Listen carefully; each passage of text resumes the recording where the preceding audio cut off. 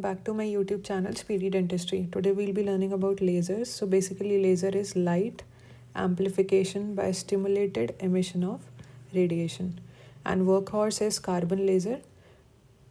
To remember laser, in which year it was given, L we reverse it as 7 and S is can be seen as 5. So reverse these. 1957 GG, that is Gordon Gall, given that, and in 1960 Mahiman was the first one to give it use in medical sciences.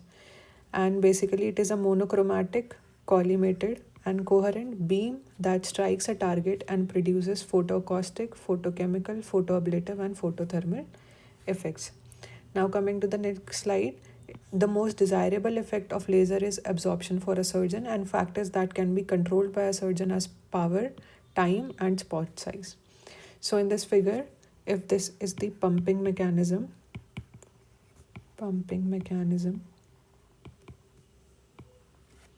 and this is carbon medium, one-way mirror, and this one is the two-way mirror. So this is how the particles strike to produce a laser. Coming to the advantages and disadvantages of a laser. Advantages: first one is better hemostasis, leading to better visibility and decreased blood loss. Second is better control. So if control is increased, the precision of procedure is increased, and thus tissue healing is more and less scarring can be seen. For the disadvantages, first one is the hard tissue laser disadvantage. It does not match the speed of hard tissue cutting instruments like burr and saw, and in this these are the examples of hard tissue laser. For the soft tissue laser, the disadvantages is slower healing. Now coming for the selection of laser, how do we select a laser? First one is the carbon laser. Basically it works at 10 and 600 nanometer, that is 10,600 nanometer wavelength. The two water drops should remind you of the excellent affinity for water, and this lip is for both intraoral and extraoral procedures. This laser can be used. Now coming to the Nadiac, it works at 1064 nanometer and it is having one drop is for minimal water affinity. This scuba diver is for deeper tissue penetration. Deeper tissue penetration. Third one is Arium YAG. It works at 2490 nanometer wavelength and it is more highly absorbed, 3 water drops, and more highly absorbed than the carbon laser. Also minimal penetration will be seen, so it can be used in this phase is for cosmetic purposes. This laser can be used for cosmetic purposes as superficial effects will be more and it will heal quickly. Also the bone part, it can be also used for the bone preparation, secondary surgeries and for peri-implantitis cases. Now coming to the Holium YAG, it works at 2400 nanometer. For this laser, this is for TMJ. So this laser can be used for TMJ purposes or arthroscopy, as the thermal damage is less with this laser. Thermal damage is less, precise depth of cut is seen, and it can lead to good coagulation. Also it can be used with NS and RL. So this laser is used for TMJ arthroscopy because of these 4 reasons: decreased thermal damage, more precise depth of cut and good coagulation, and it can be used with NS and RL. Now coming to the diode laser, it works at 805 to 980 nanometers wavelength. This piggy bank is for compact. This laser is compact, inexpensive and easy to use.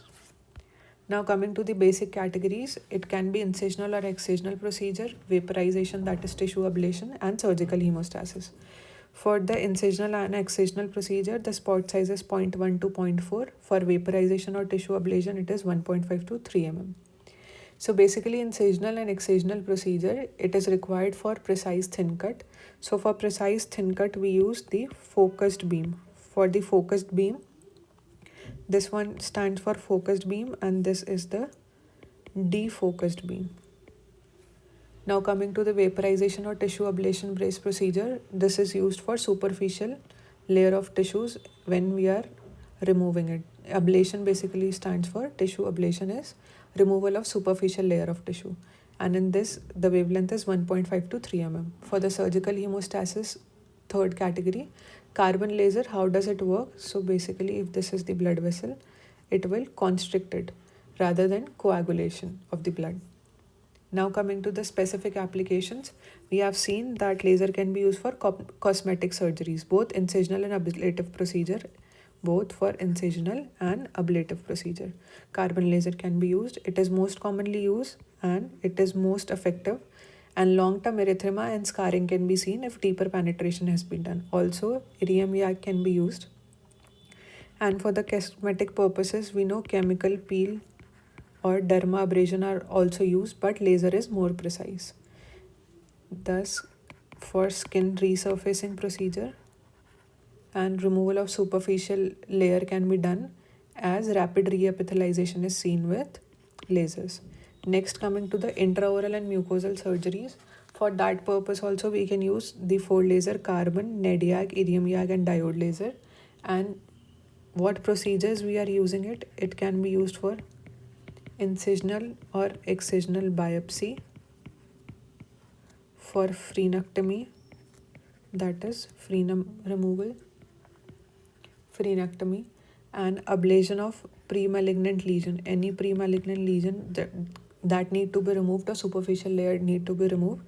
And next, coming to the pre-prosthetic surgeries like vestibuloplasty, and that also we use lasers, and for removal of epulis fissuratum, that is overgrowth. Now coming to the third application, that is the implant. For that also carbon, NED-YAG, irium YAG and diode laser are used. For peri-implant soft tissue, this laser is used. For peri-implant soft tissue, this laser is used. And it work for that also. Carbon laser, we know that it works at around 10660 nanometers. And depth of penetration, if depth of penetration more is required, then we can use the NED-YAG laser. Advantages with this is more precision cut, as we have seen in this one, that it is deeper penetration can be done with NED-YAG. And for implant, we have seen peri-implantitis and all, irium YAG can be used. So same NED-YAG, irium YAG, carbon and diode laser can be used. Advantages include bloodless field, precision, atraumatic tissue healing and decreased blood contamination. Now coming to the fourth application, that is the TMJ. For TMJ arthroscopy, we have already seen holmium YAG is used due to its more effective nature, minimal invasive and effective procedure. Now coming to the safety concerns. First one is the personal protection. So one should wear protective glasses, reflective surfaces should be avoided, and if any crowns and all are present inside the mouth, we can cover it with wet sponge. To prevent the fire hazard, we have to prevent it since oxygen-rich environment is present in oral cavity and endotracheal tube. Third one is the laser plumb. Plumb basically stands for orthodontal remnants. So viral DNA remnants will be seen when we are doing laser or incisional procedure. So for that, potentially hazardous particulate debris need to be removed since that are infectious in nature. Thank you for patient listening. Stay tuned for more.